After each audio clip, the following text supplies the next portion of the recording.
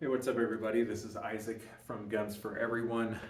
Class is going to start here in a little bit, and I wanted to take the opportunity, since I was in the classroom, to answer a question that came up in the last class. I'm going to try to do this on a intermittent basis, and that is talk about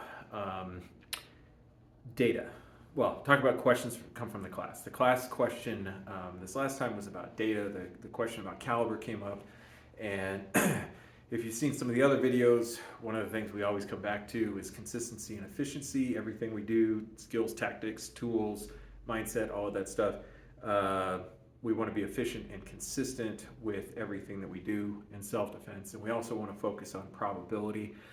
What is the most likely thing? What is plausible? We can't prepare or think about everything that's possible. There's just not enough time and money to address all those issues. So the question came up, what caliber for self-defense, for handgun, concealed carry? And the short version is we generally recommend 9mm. And the reasons why we recommend 9mm is that it is efficient and consistent in a probable circumstance. And one of the pieces of data that we always refer back to, or that I always refer back to, is Greg Elefritz. If you can read that, Greg Elefritz. So I wrote up there so you can go look this up for yourself. That marker is trash. All right. So Greg Elefritz collected a bunch of data on roughly a little over 1,700 shootings. And his shootings were, his goal with his data collection was to determine if any caliber was more or less effective than any other caliber. And what he found in his over 1,700 shootings was that, generally speaking, the caliber didn't matter.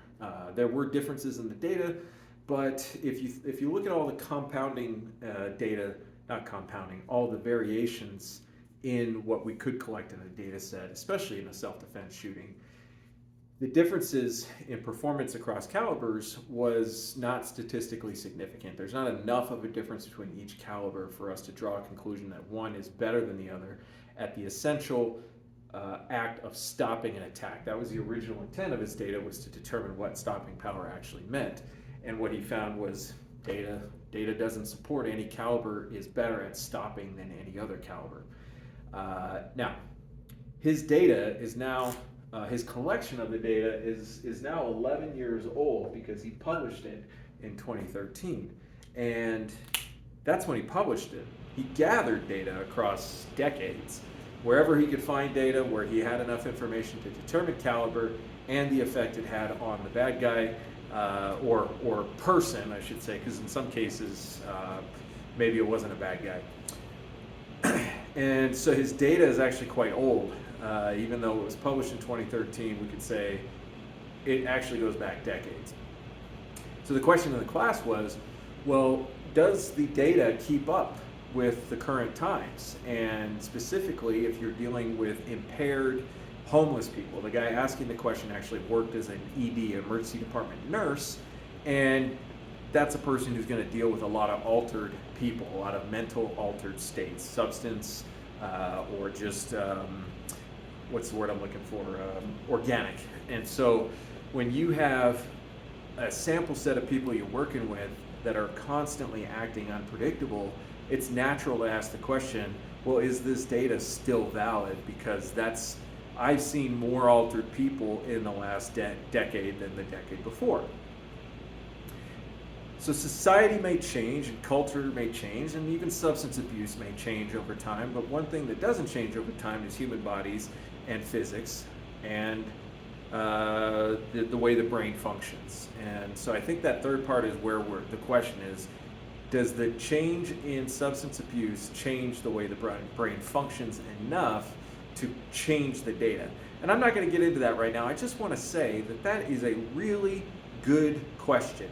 This data is some of the best data we have for self-defense and understanding caliber, but it's not perfect. It's actually very, very far from perfect.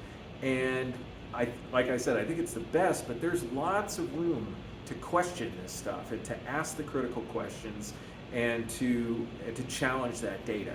And that's what that guy in the class was doing. He was challenging it based on his own experience in the emergency department to say, hey, I don't want to sound like I know better, but should we trust this data based on its age?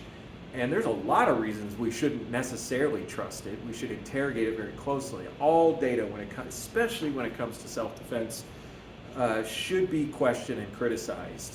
Sometimes we're going to be able to draw useful conclusions from that data, but sometimes we might end up picking apart our fundamental ideas about self-defense. So I wanted to say thank you to that guy. His name was Daniel, for asking that question, because that was a really good question and really gave the class an opportunity to see how hard it can be to actually collect useful information, and when we do, how we should evaluate it. Should we just say, hey, this data is 11 years old, should we even trust it anymore? So I'd like to hear your comments about this. Put them down in the comments section. Once again, Isaac from Guns for Everyone does not give a shit about subscribers or likes or notification bells or any of that shit. I do care about conversations. The comments are a chance for us to have those conversations. So put something down there useful, challenge what I just said, provide your own information, experience, etc. Let's talk about it. All right, thanks for watching. This is Isaac. Catch us at gunsforeveryone.com.